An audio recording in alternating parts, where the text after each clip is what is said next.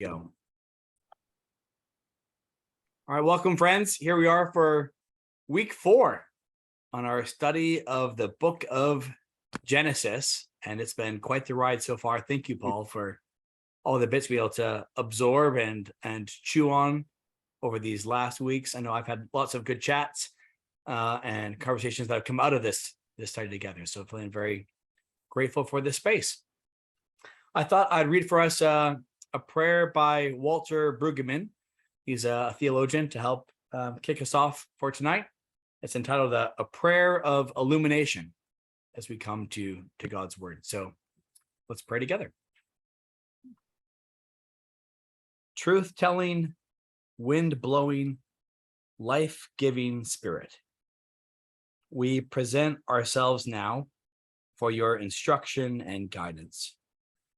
Breathe your truth among us. Breathe your truth amidst our deep losses. Your truth to cultivate true joy. Breathe your story of death and life, that our story may be submitted to your will for us. We pray this in the name of our crucified and risen King, Jesus. Amen. So with that prayer for God's insight, Paul will pass things over to you as we keep going through this book of Genesis. Great. Thanks so much, Dan. And hi, everybody. It's great to see you again. At least those that I can see. And I do just encourage you to turn on your camera if you are able to.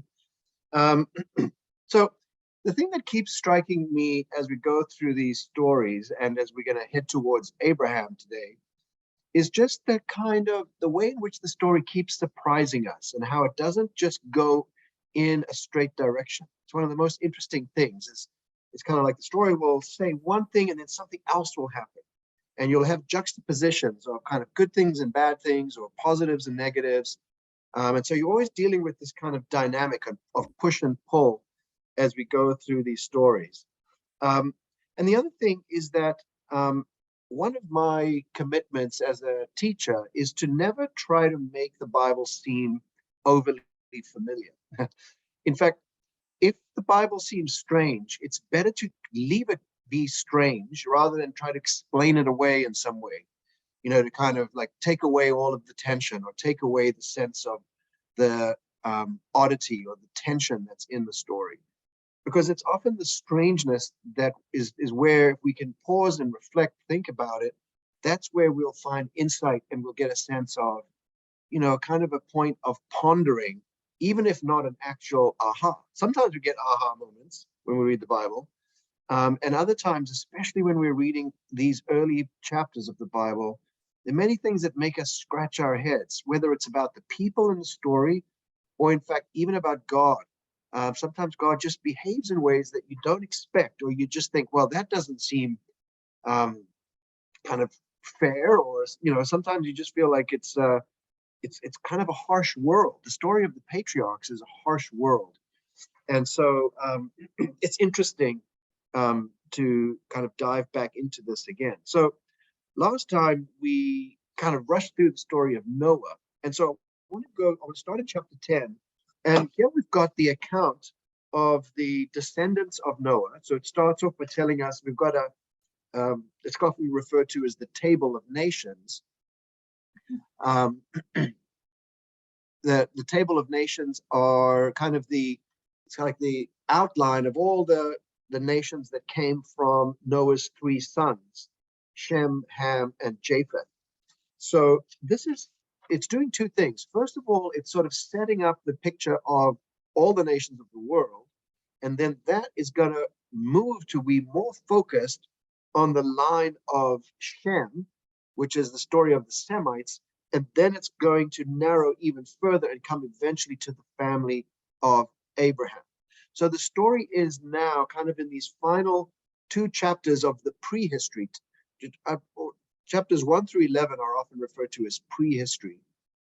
We're getting towards chapter 12, where we kind of enter into the world as we know it, as it were, with the story of Abraham in Ur of the Chaldeans. So these chapter 10 is an outline of all of the nations that came from the sons of Noah. So it starts off with Japheth, and outlines the families there. Then the sons of Ham, and you'll see some interesting kind of familiar names there. You've got Cush, who is, we've come across Cush in other parts of the Bible, kind of Ethiopia or into Africa, you could say. But Egypt, of course, is one of the names there that's very significant for us, and also Canaan.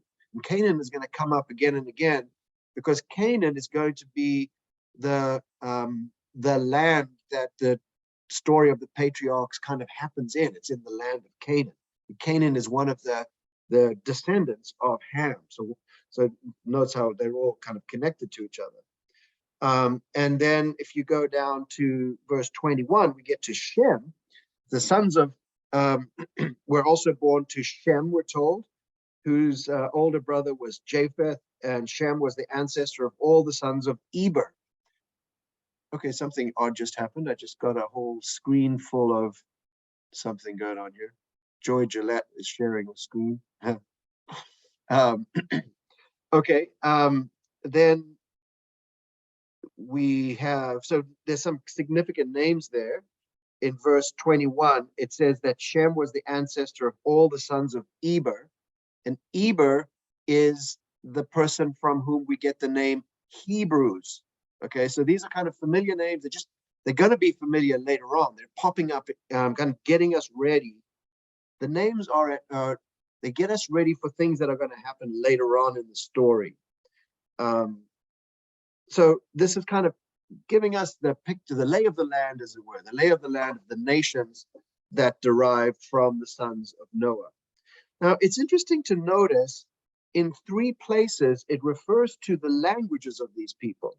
So you'll see in verse 4, it says from these, the maritime people spread out into their territories by their clans within their nations, each with its own language. Okay, so yeah, you've got people it's this idea that God has assigned to each nation their piece of territory and their language. And if you will recall, those of you who were with us when we were studying the book of Acts, remember Paul in Athens referred to this very thing about how God had sort of assigned to the nations of the world their places. So this is where Paul would have got this idea from. Then if you go down to verse 20, it says, these are the sons of Ham by their clans and languages and their territories and nations. And then verse 31, these are the sons of Shem by their clans and languages and their territories and nations. And so in this version of things, there's nothing strange about people having their own languages or their own territories in their own areas. But so that means that chapter 11, which is the story of the Tower of Babel, in a way you have to think of it as happening before the kind of the distribution of all these people around their territories with their own languages. Because chapter 11 imagines the world before there were languages.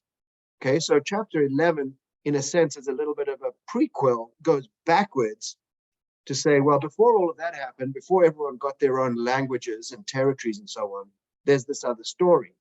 And this story is another fall story in a way. It's a bit like the story of the garden. It's a bit like the story of Cain and Abel. It's another story of people transgressing the command of God. God has told, remember, many times up to this point, the people have been told to fill the earth, to multiply, to fill the earth, and to take care of the whole earth. But here you've got these people that are congregating in order to be self-sufficient, to not be dependent upon God, but to be completely independent and have, by their own industry and their own kind of smarts, establish themselves in the earth. So this is a fascinating, famous story, of course, one of the most famous stories of this part of the Bible. It says, now the whole world had one language and a common speech as the people moved eastward. So this is imagining the people have come off the ark and they're moving east. They come to the plain of Shinar and settle there. So this is somewhere in Mesopotamia, you could imagine. that this is, if you know, trying to picture where this is. And they said to each other, come, let's make bricks and bake them thoroughly. And they used bricks instead of stone and tar for mortar. Okay, so this is an early form of industrial building that isn't based simply on using found materials like stone, but actually manufacturing building materials. So they're making bricks. They've learned that there's ingenuity. This is engineering. This is the first building of a city out of human engineering feats of, you know, incredible stature and so on. And it says, they said, come, let us build ourselves a city with a tower that reaches to the heavens, so that we may make a name for ourselves. And so this is that, where that we get that sense of that this is not just an entirely innocent kind of action. This is something about human rebellion, something about power. It's really about the first empire, you could say. This is the attempt to create an empire that would secure the stability and the ability of these people to take care of themselves. Now, so people imagine, if you imagine what would this great tower look like, you should think of, you know, one of the great ziggurats of the Babylonian Empire, or something like that. And the ziggurats were these pyramidal type structures that was understood to be a kind of cosmic mountain, a sacred tower that is also a mountain in a city in Mesopotamia, and it represented the kind of the dwelling place of the gods. And so here you've got an attempt, you could say, of this human community to create a kind of heavenly space for themselves, to create a cosmic mountain, to create a heavenly city for themselves. And this would be a way to establish themselves in the earth and to make their names great. And so once again, God imposes limitation on them, right? So God then says, if they all speak their own language, then, you know, they'll be kind of invincible. Nothing will be impossible to them. And in effect, what God is saying is that their godlessness will be unimpeded. If they've got this level of power, they will always just be completely self-sufficient and independent. And the chances of them ever calling out to God will become, you know, less and less. So unfortunately, we've gone very quickly from the recreation of the world in the subsiding of the flood to a situation where we're kind of in another fall situation, where once again, like in the Garden of Eden, where the people were seeking knowledge so that they could be like God, now they're seeking to create a city so they can be like God and be, you know, unbeatable in any way. So we're kind of back to where we started, except that now the story is going to focus in on this one family, the one family that are the place where God's promises are going to take root, where there's going to be a receptive ear to the promises of God. So up till now, there've just been a very few hints of people that have received God's promises. In fact, you could say that the story of creation up till now has been a very frustrated story, because it's very soon after God has made the world, kind of in terms of the chapters in any case, that God's purposes are thwarted or blocked. God's purposes for the first couple are blocked by their own actions. God's purposes for Cain and Abel are blocked by Cain's refusal of kind of keeping sin at bay. And we saw just little hints of individuals who rose above the norm. We weren't given any detail about them, but we learned about Enoch and we learned about Noah. And so now the story is going to focus in on one family that's like Enoch and Noah. And that's what starts happening from chapter 11, verse 10 and following. It says, this is the account of Shem's family line. But you'll see, we've already had a description of Shem's offspring in chapter 10. But what we'll see here now is that this is going to focus in on just one branch of Shem's family. So it says, 2 years after the flood, when Shem was 100 years old, he became the father of Arphaxad. But if you go back to the line of Shem, back in chapter 10, verse 21, you'll see that verse 22, you'll see that Arphaxad was actually the third son. See, there's Elam, Ashur, Arphaxad, Lud, and Aram. So this shows us that this story now is focusing in. It's the genealogy is becoming more focused and narrower because it's the bridge to the specific family that the story wants to tell us about. Okay, so then it talks about Arphaxad, and Shem lived for 500 years, and he had other sons and daughters. And then when Arphaxad had lived for 35 years, he became the father of Shelah, and so on. And you can go through all of these names and ages. We can see the ages are all getting lower and lower because it's kind of one of the features that came into the story earlier, that God has limited the ages of people. And it's getting down to be sort of more the kind of length of life that we would kind of recognize. And then when we get to verse 27 of chapter 11, we arrive at the account of Terah. And Terah is kind of a critical turning point for us because that's the family that we're aiming at. He's Abraham's dad. So like we're almost in the home territory now. So this is the account of Terah's family line. Terah became the father of Abram, Nahor, and Haran. And Haran became the father of Lot. So Lot's going to be in the story later on, of course. While his father Terah was alive, Haran lived in Ur of the Chaldeans in the land of his birth. Abram and Nahor both married. The name of Abram's wife was Sarai, and the name of Nahor's wife was Milcah. She was the daughter of Haran, the father of both Milcah and Iscah.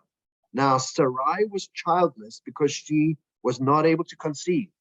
That's the first little detail we've had of any kind of domestic life in this whole story, which is at name upon name upon name. And the first bit of domestic life we get is a point of tension, a point of a drama, a point of sadness. So there's an obstacle to be overcome here that's inserted into the story. This person that we're introduced to, Sarai, is childless. Of childlessness, of course, blocks the family line. This whole, we've been getting all of this stuff about family lines, and this person gave birth to this person and this person, but now we've got Sarai, and boom, something is stopped. There's a blockage, and that introduces a sense of tension into the story.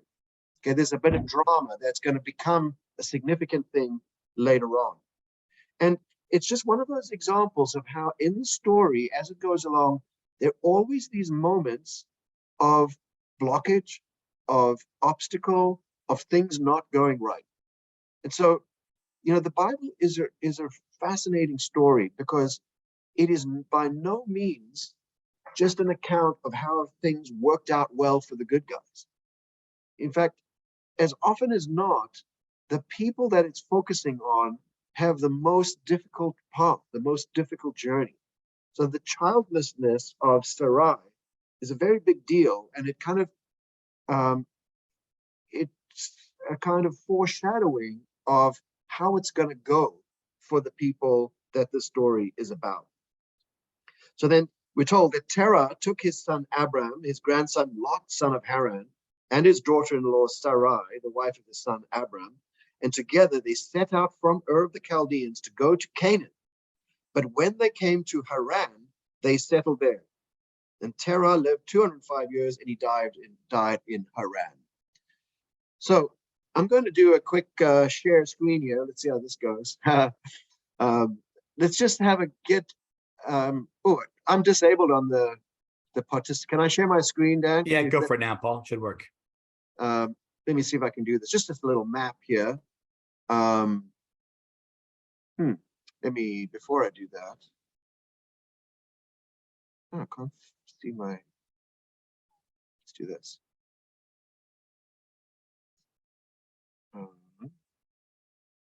Got to move this bar. Okay, can you see that? Yeah, that's working. Okay, let me just minimize this. Okay, so this is just to give us a little sense of some of our bearings here. The story about Terah and his family starts down here in Ur, in the bottom right-hand corner. Can you see that? Ur of the Chaldeans.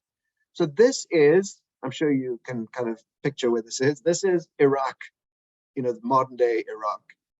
And the significant piece of geography here was a few of them. One, of course, is the Euphrates River that runs down here. And the other one is the Tigris River, which runs down here. And that forms the Fertile Crescent, which is, happily marked in green for us. The Fertile Crescent runs up north like this and then down the coast. And so this here is modern day Lebanon, and then down into Israel over here. All right. So if you wanted to travel from Babylon, from Ur of the Chaldeans to Jerusalem, say modern Jerusalem is over here, you wouldn't travel across like this because this is all desert. This is, Syria and Jordan and Saudi Arabia over here. So you would follow the rivers. This is Mesopotamia. The word Mesopotamia means between the rivers.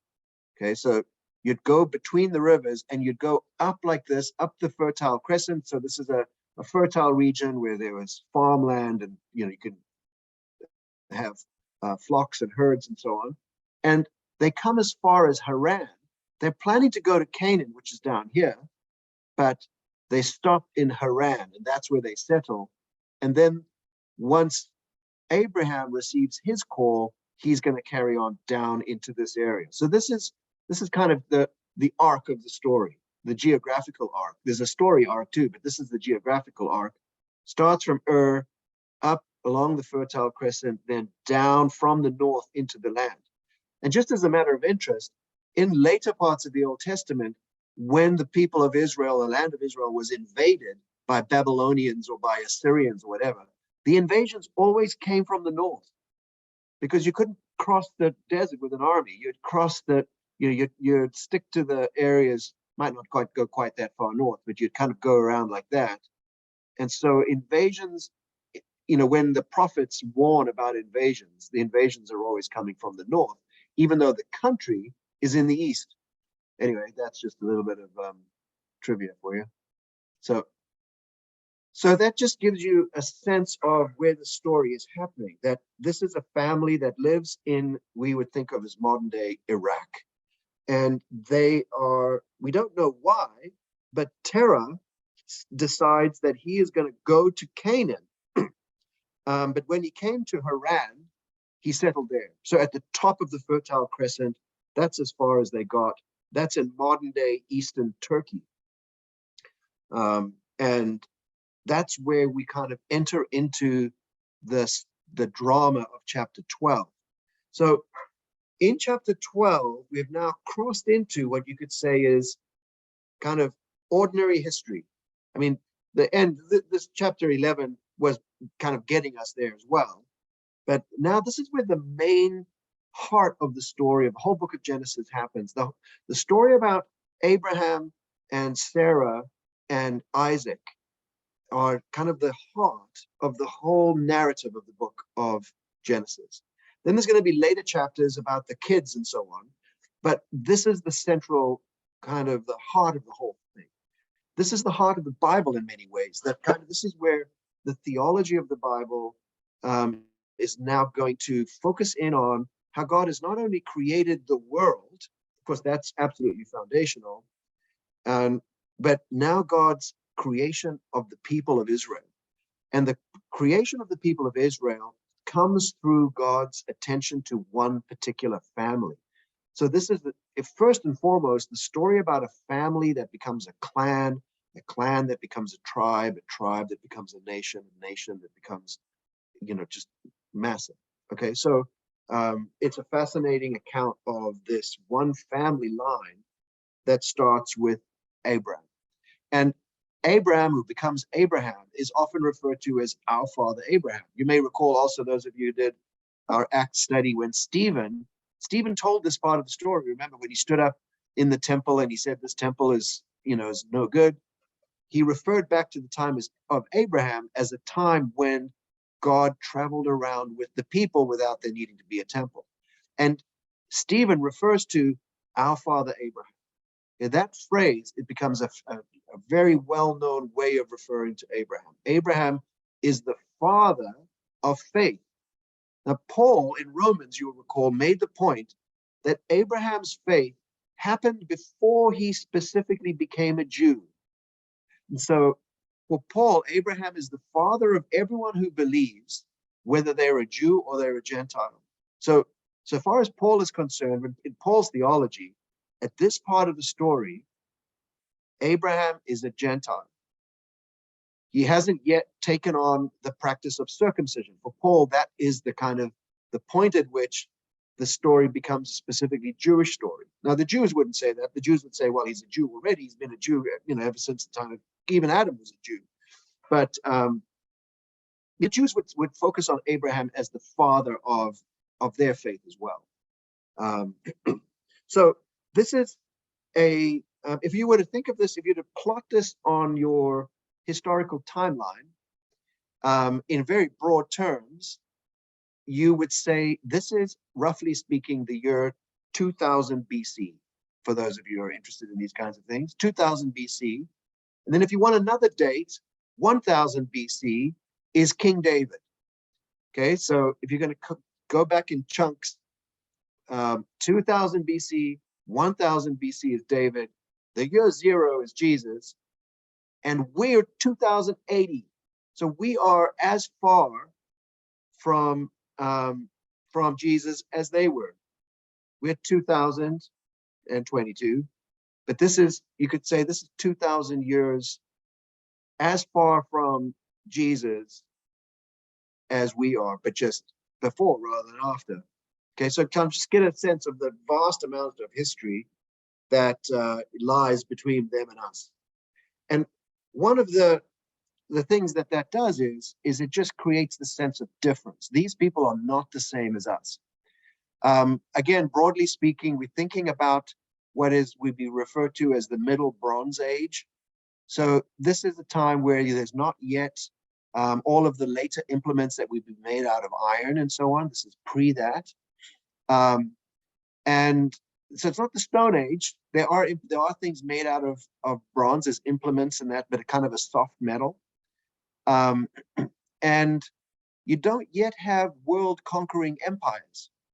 That would only be made possible by later developments. What you've got is local empires, local cities, large cities, powerful cities, so that even the Egyptians at this point are kind of located in Egypt. They don't have an empire that spreads out into other places. And the people that are living in Ur of the Chaldees, whatever, they've got massive cities, but nothing like the scale of later times. Okay, so this is a time where you don't yet have empires, anything like that, but you've got the beginnings of empire. And you've got in between the cities, where you've got pockets of sort of stability, you could say, or kind of urban life, but a very rudimentary urban life. Surrounding those cities would be some farmland and sort of hunter-gathering things going on, people with flocks and herds. So you've got nomads and that would be kind of almost like satellites around the city. Some would travel widely, but they would sort of stay tethered to cities because that's where they would, there'd be certain kinds of things you could only get in cities. It might be where they would sell their goods and services. And you'd have trade routes. You'd have routes that connected one city to the other. So these camel trade routes that would connect, say, a place like Hebron to Damascus to Haran. And they would be, kind of a regular travel. And those routes are the routes on which Terah and then Abraham and his family, they traveled. They are a nomadic family. You can see it when we get to the story of Lot and the dividing up of kind of who will go where.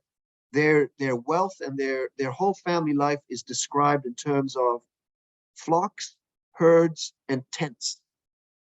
Okay, so they're not, the family that we're focusing on here are not yet a settled family. They are a wandering family, but they wander and then they settle and they wander and they settle. And one of the places where Abraham settles is actually, it's called the Great Trees of Mamre. So there are certain places where there are settlements, sometimes around sacred groves of trees. And so you would have to, in order to survive, you couldn't live completely disconnected from other forms of human life. You'd have to stay connected to somewhere near a trade route so you could buy and sell things, maybe close to a town, although we'll see that towns have got real challenges, like Sodom and Gomorrah are an example of how towns can go wrong, and you don't necessarily want to be too close to a town like that. And also, there are other tribes, these tribes and peoples and stuff that are mentioned in chapter 10, each of which have got their own general territory, are all there. And so the kind of the irony of being told that all of these people live in certain places is that we are actually now going to be told the story of a family that are transgressing their area, and they're moving from one place to another. They're migrants. And they are going from kind of where they are start off in Ur of the Chaldeans, that's kind of their territory, and they're leaving it and they're going to Canaan. So when they get to Canaan, the land of Canaan, it's occupied. And yet God promises it to this group. So this is one of the ways in which the story is surprising. On the one hand, it says that all areas have been allocated, people have got their own territories and so on. And yet now we're being told about the story of this one family that's crossing from one area to another, and that God is promising them a land that wasn't originally allocated to them. So that adds drama to the story as well. Then the other thing I would just notice is that when we get to the beginning of chapter 12, it's a completely unexpected development that God says to Abram, there's nothing about him that makes us think, okay, this is a special guy. When he's first mentioned, he's just a name on the list. We get a bit of a hint because, he starts telling us about his wife and some of the family details. So the story is slowing down. Okay, that's our hint. For some reason, we're going to settle in on Abraham now, but we're not given any information as to why the story of all these people, this is slowing down now to focus on this one person. It just is.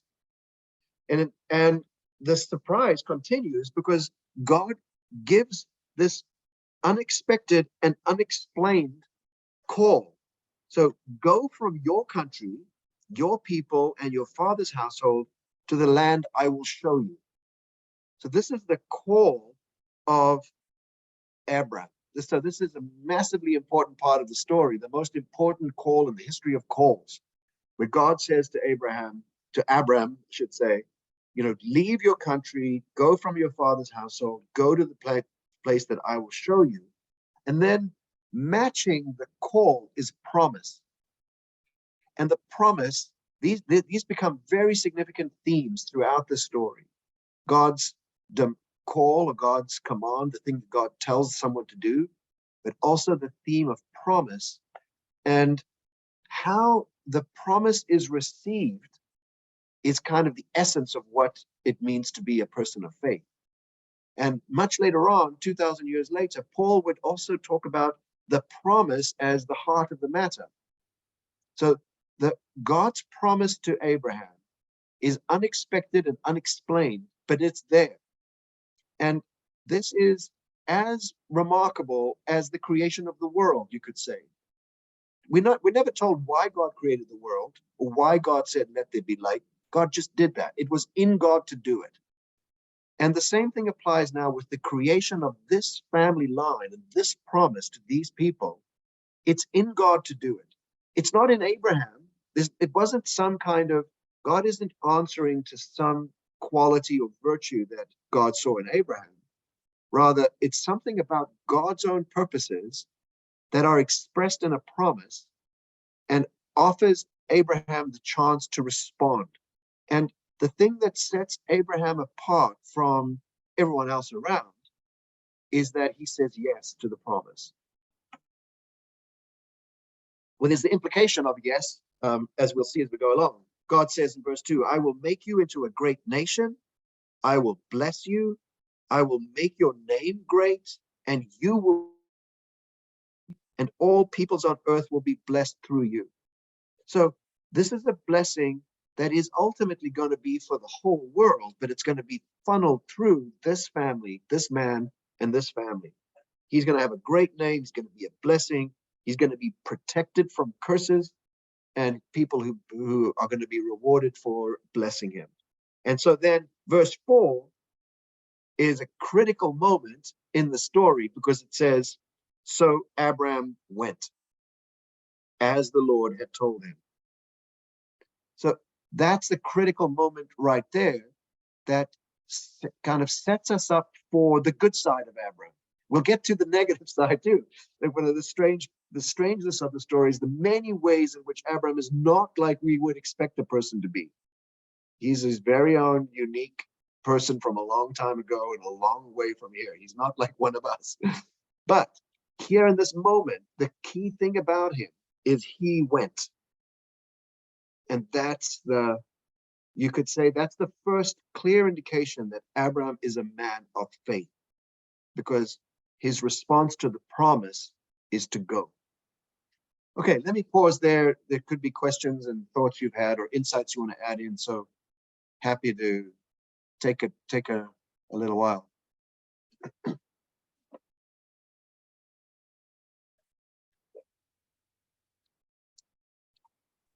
Paul, there's a I don't question have here around questions. the. Oh, go ahead, Nan.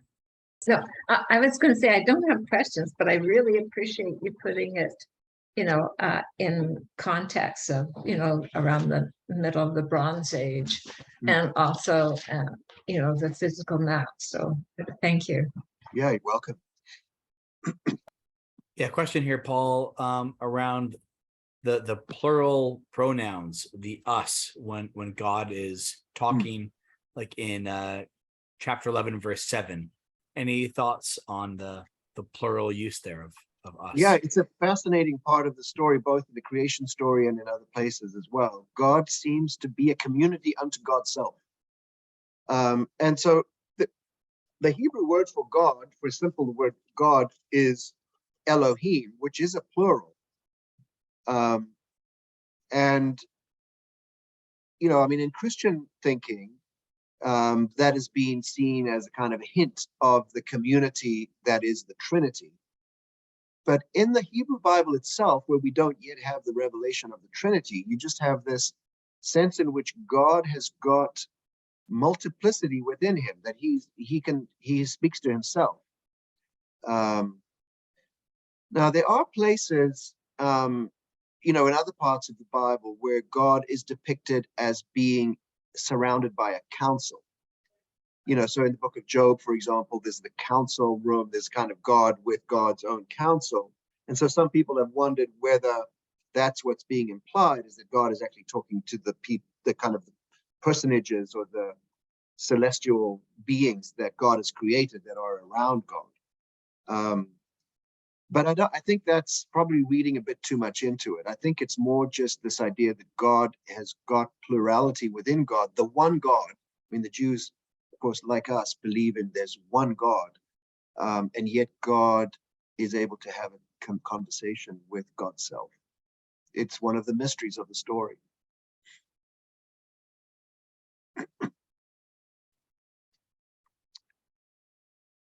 Okay. Paul, remember that you said that the one domestic detail there is that Sarai is barren, and that the first thing that God promises Abram here is, I will make you into a great nation. Yeah. Any thoughts on how that works with the kind of the tension that's set up and Yeah. the promise that directly addresses that tension? Yes, so immediately, that's a great point, is that shows you that we've already got the hint that the promise is going to be thwarted in some way, or it's going to be threatened. So the promise is made, but we've got in the back of our mind, hang on, this important person in the story is barren. And then also in verse, when we got to get a bit along here, that they travel to the land, they come to the great tree of Moreh at Shechem. And it says, at that time, the Canaanites were in the land, and the Lord appeared to Abram and said, to your offspring, I will give this land. So land is at the heart of the story as well. The God giving of land, a place for these people to be settled and to be rooted. They're not settled and rooted yet. They are, as I said, they're tents. They've got tents and herds and and all of that. They're wanderers. But there's a promise of land, and the land is connected to offspring and but being able to maintain generations. So that's threatened by the fact that Sarai is childless. But the other thing that's threatened is that the land is occupied. It says right there, the Lord says, I'm going to give you this land, but the Canaanites are there. It's not an empty land. And Abraham is being told, this is all going to be yours. And in fact, he's told at one point to kind of walk through the land. He says, to your offspring, I will give this land. But there's the anticipation of drama around that. So the barrenness of Sarai and the presence of occupants are kind of two, kind of big challenges that we know are going to come up later in the story. So notice also here how this is a form of pre-temple piety. Okay, so when they have arrived in the land, they go to this place called the Great Tree of Moreh at Shechem. It's one of the two sacred groves that are mentioned, this one at Shechem and then another one later on at Hebron. Clearly, there's already kind of pagan worship that's happening around these sacred trees. And these are some of the places that they would go to, kind of be able to buy and sell things and get sustenance and all of that. But it's in this place that it says that Abraham built an altar there to the Lord who had appeared to him. And so in this stage of the story, that's the worship of God is very ad hoc, you could say. Abraham has had an encounter with God, and so he builds an altar. So kind of a pile of stones, and makes some kind of fire on that, and perhaps sacrifices an animal or something else. Could be it could be something that is like a harvest item or something like that. But it's a pre-temple form of worship, so it's very individualized and ad hoc rather than what would eventually become institutional form of worship. Sorry, I'm about to cough.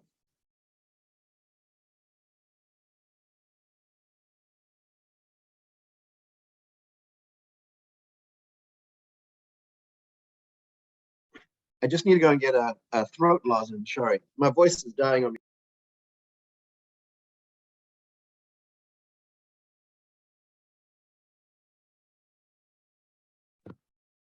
Well, while Paul's away, feel free to send any of your questions here via chat.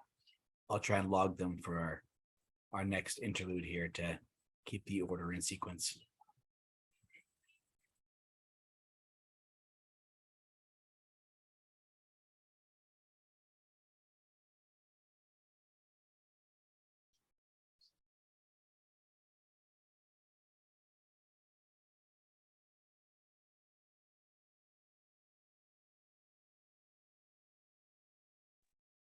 Sorry about that. I've had a cold all week, and it's just it's in my throat a bit at the moment. Okay, so we good to carry on? So then, no sooner has Abram arrived in the land, we've got these indications of challenges to come, where there's another challenge, and it leads to another very strange story. And that's from verse 10 and following. It says, now there was a famine in the land, and Abram went down to Egypt to live there for a while because the famine was severe. So not only is the land occupied, not only is the promise threatened by the childlessness of Sarai, the promised land is a famine land. It's a land where you can't survive there. So it's another tension that's built into the story. It's not like sometimes, in the old hymns about Canaan land and stuff, it's like this land of plenty and, the kind of like place of, because eventually, you do have stories about the lush land of Canaan, when later on the spies will go and look at the land and there's great harvests and, big bushels and grapes and so on. But when Abraham arrives, it's an unlivable place. He has to leave it almost immediately. So that just kind of adds this sense of drama and mystery into the story, you could say. And then that leads to this strange story, which is actually one of 3 times that a version of this story happens. So it's the story where Abraham goes down into Egypt and is worried about how the Egyptians are going to kill him because his wife Sarai is so beautiful. And so he kind of tells her to pretend that she's his sister. And being his sister will then make him, very would be very advantageous to him, because everyone then would be wanting to, give him gifts so that he would hand over his sister to them to be their wife. And this story doesn't throw Abraham in a good light whatsoever. It does put a strange kind of twist on Sarai, who, now turns out to be this knockout of a beauty that people, kind of trying to get her at all costs. But Abraham himself is 75. So presumably she's close to that. So there's a bit of humor in this story, I think. But there's 2 other places where this happens. In chapter 20, it happens again with Abimelech. And then in chapter 26, Isaac does the same thing with a different Abimelech. So 3 times this story of kind of poor old Sarah being handed off kind of as a, as the sister rather than as the wife, it kind of happens. And to be honest, I don't know why. So I've got no great insight into that. But it's one of the things the story does do is it foreshadows Egypt as a place of conflict, because later on, Egypt is going to be a place of significant formation for the people of Israel, a place of slavery, a place of bondage, a place of conflict, and so on. But in this case, there's none of that really. It's just maybe a little hint of something hostile from the Egyptian side. Then down in verse 17, so Abraham says, this is my daughter, my sister. Then when Pharaoh's officials saw her, they praised her to Pharaoh, and she was taken to his palace. And he treated Abraham well for her sake, and Abraham acquired sheep and cattle and male and female donkeys, male and female servants and camels.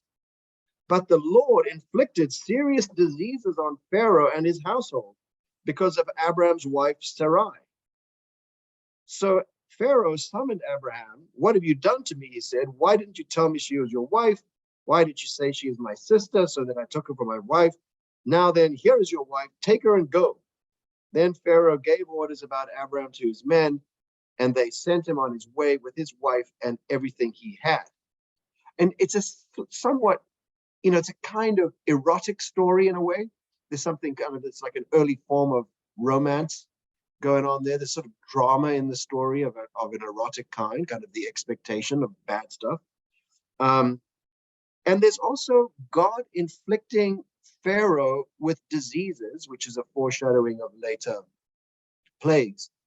But in this case, it's not entirely clear why Abraham doesn't get punished. So it just shows you that God is protecting Abraham, even though he's kind of behaving in not entirely he lies to get himself through this story. And yet that doesn't cause him to kind of come under God's judgment, but Pharaoh certainly does come under God's judgment. And not only Pharaoh, but his whole household with him. So it's just one of these interesting examples of how there's plot twists along the way. They fill in the story in interesting ways, but don't always give us, it's hard to kind of preach on a story like this. Like, what would the moral be? Be like Abraham? Well, not really. Be like Pharaoh? Not really. What exactly would the moral of the story be, Dan, if you were going to preach this? It definitely is God's unique favor towards us, despite how we behave.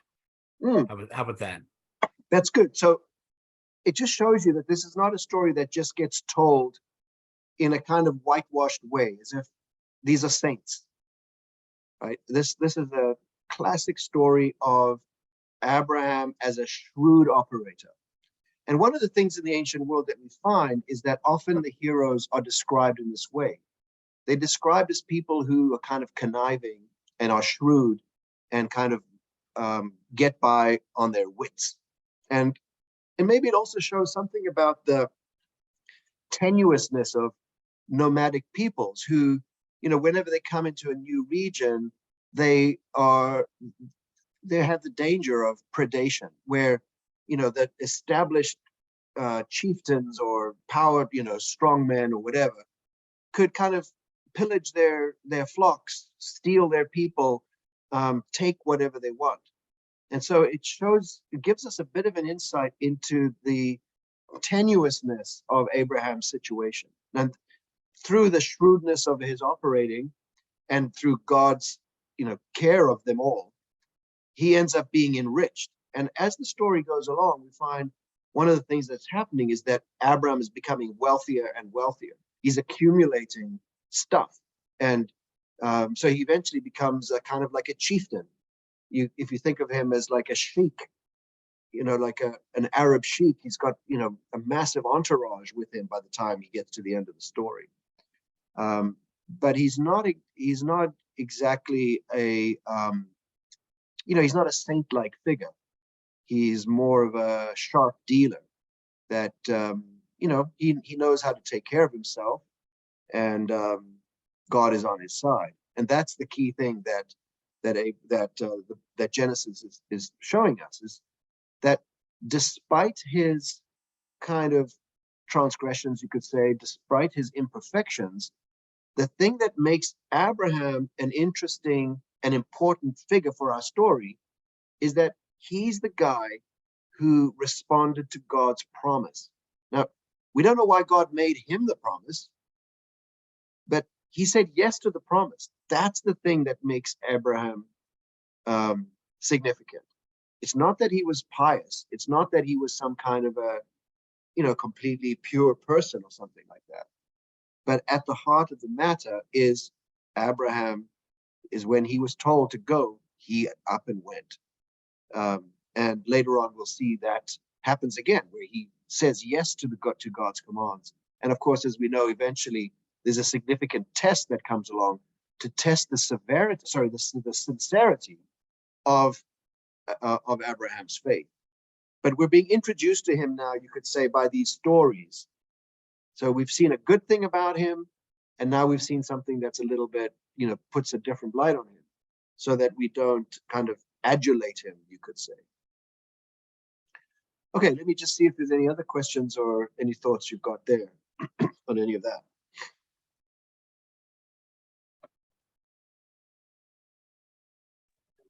I've thought of Abraham's behavior close to prostitution. Kind of pimping his, it's not quite that. It's more like it's self-preservation, isn't it? But yeah, I mean, you could see there's an affinity there. Yeah. And I think there's a, we see God's blessing on, still this today, God's blessing on people who aren't very reputable, either with money or they get caught in some sexual, some scandal. And so that kind of God's blessing, his, pouring out his gifts on people who are not all that moral or have impure. I think that the key thing to notice here is that Abram is not like some of the people we'll come across later on, right? So eventually we're going to be introduced to Sodom and Gomorrah, right? The cities that are filled with wicked people, right? So it's clear that Abraham is not a wicked person, right? He's not someone who is involved in sort of clear sin, right? He's not a sinner like the people, in the time of the flood or something like that. But he's also not a perfectly, kind of sinless person either. He's what I think the book of Genesis would regard as a good man.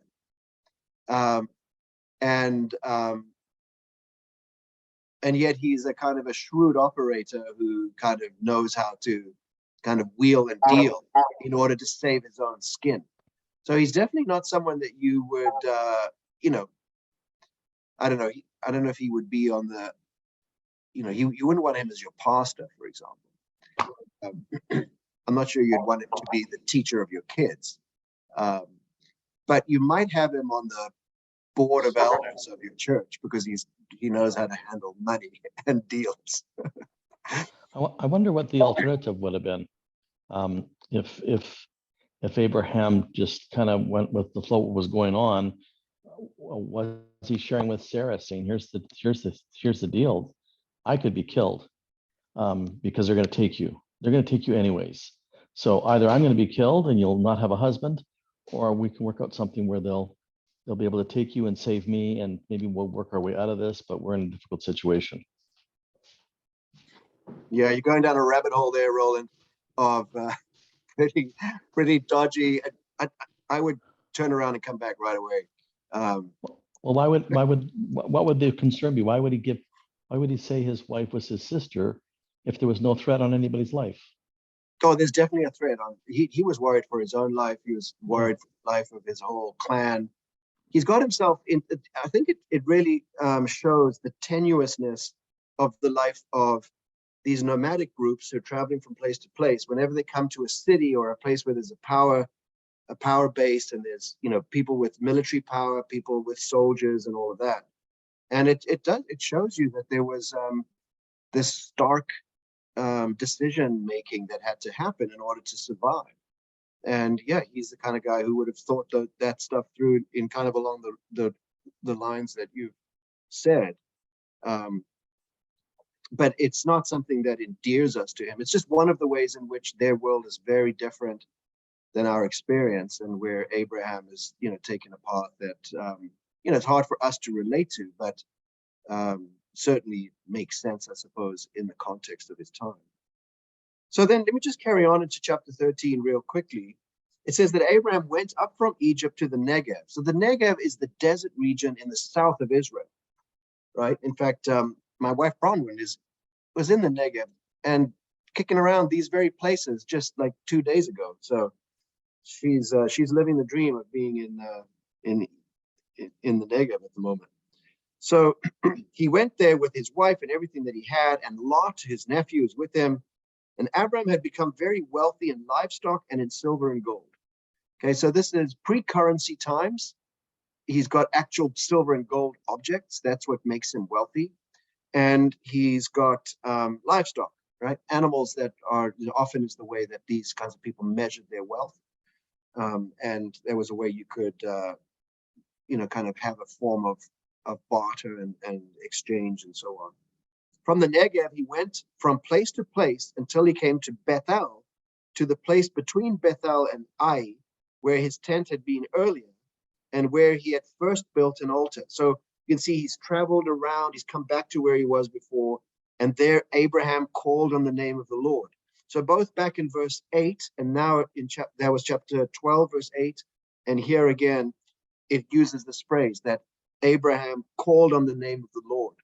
And you get the beginning of the sense of holy places. So not only are there sacred groves of trees that are already there, kind of attached to pagan religion, but even Abraham himself seems to have built an altar and then come back to that place and called on the name of the Lord again.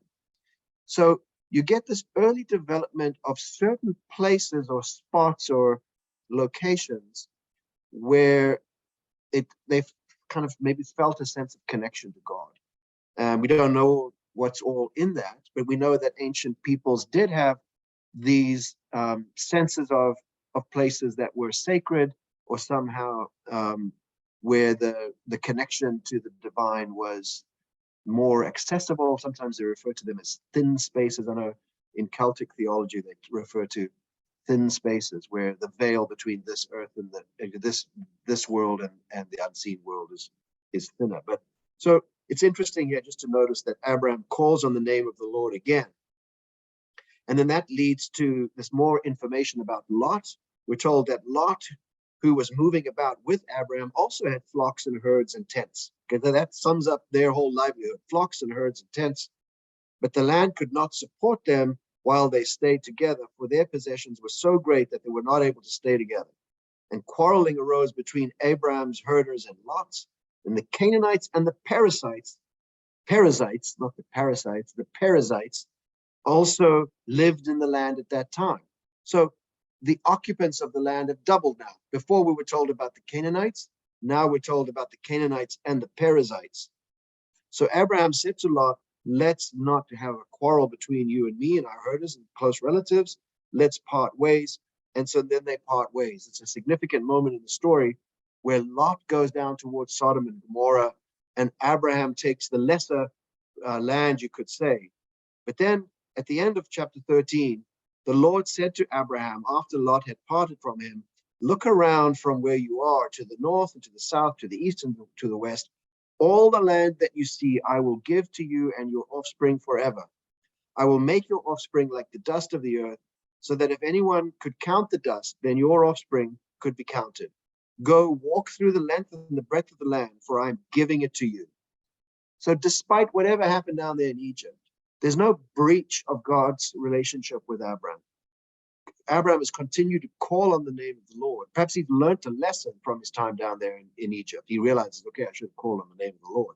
He's back on track. He calls on the name of the Lord. God says, I'm giving you everything you can see. Go and walk through the land because I'm giving it to you.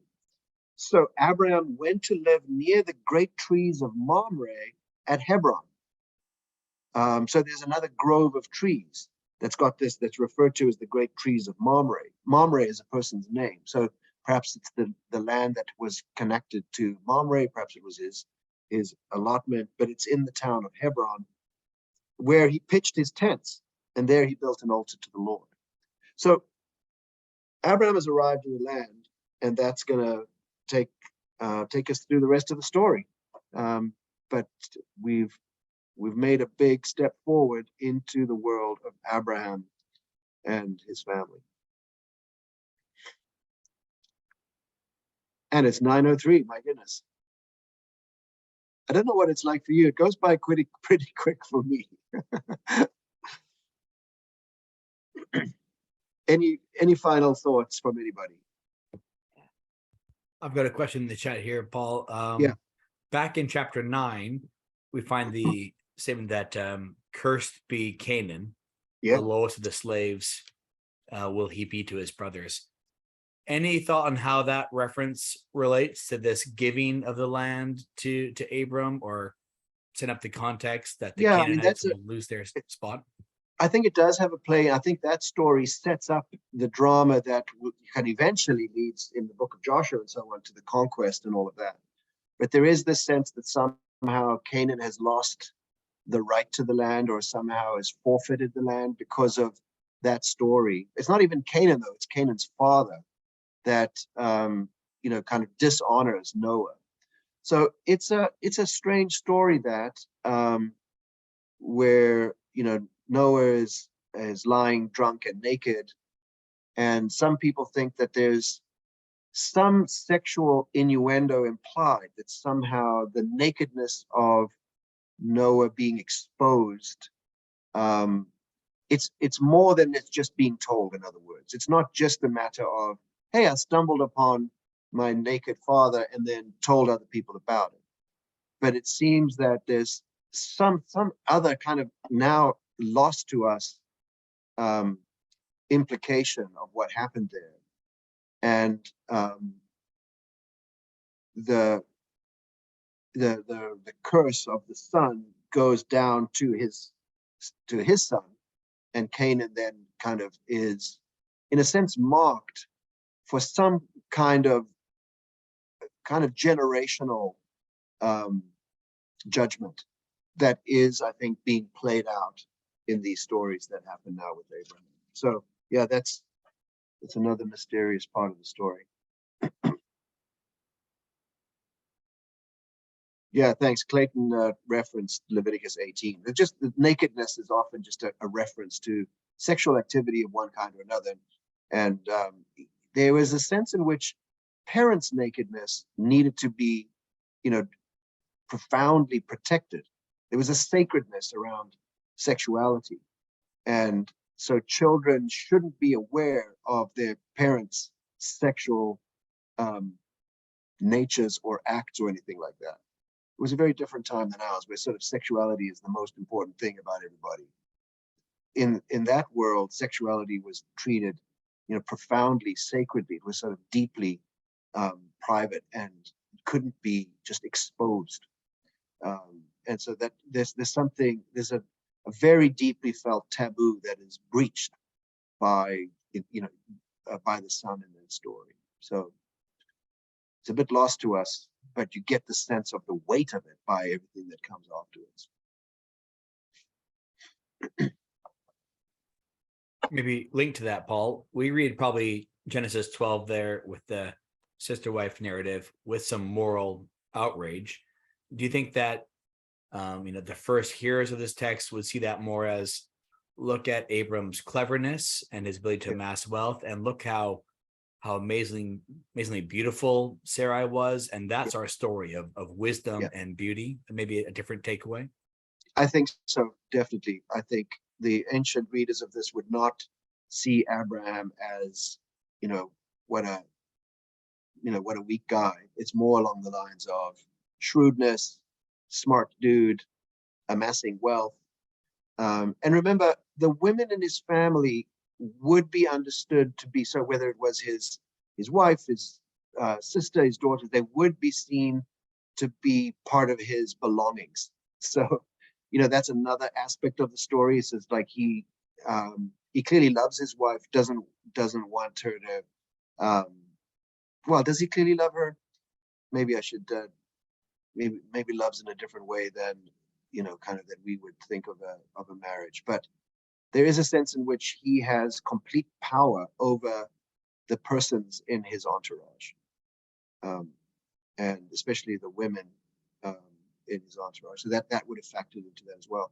In Jewish tellings of the story, they actually talk about how when Abraham was down in Egypt, he actually taught the Egyptians astrology and mathematics, and gave the learning of the Mesopotamians to the Egyptians. So Abraham, this story in sort of Jewish traditional retellings is a story about cultural exchange, rather than the thing about Sarah becomes sort of a minor detail in the story.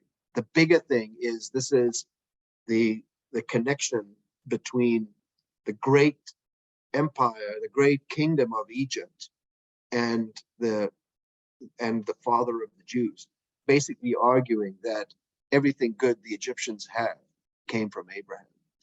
But that kind of rivalry is typical in the ancient retellings of these kinds of stories.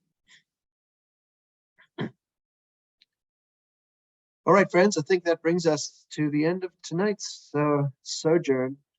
Got lots more interesting and wild stories to think about in relation to Abraham and his friends. Yeah. Thank you. Thank you so much. Sounds great. Thanks so much, Paul. Thanks, friends. We'll see you next week. Look at that. 10 out of 10 on the chat there. Well done. Thank you so Excellent. much. Very bad Paul. person Thank to start giving scores. Thank Thank you. Thank you, Thanks for Paul. coming, everyone. Lovely Mhm. to see you. Yeah. Thank See- you. Bye bye. I'll see you Good again. night.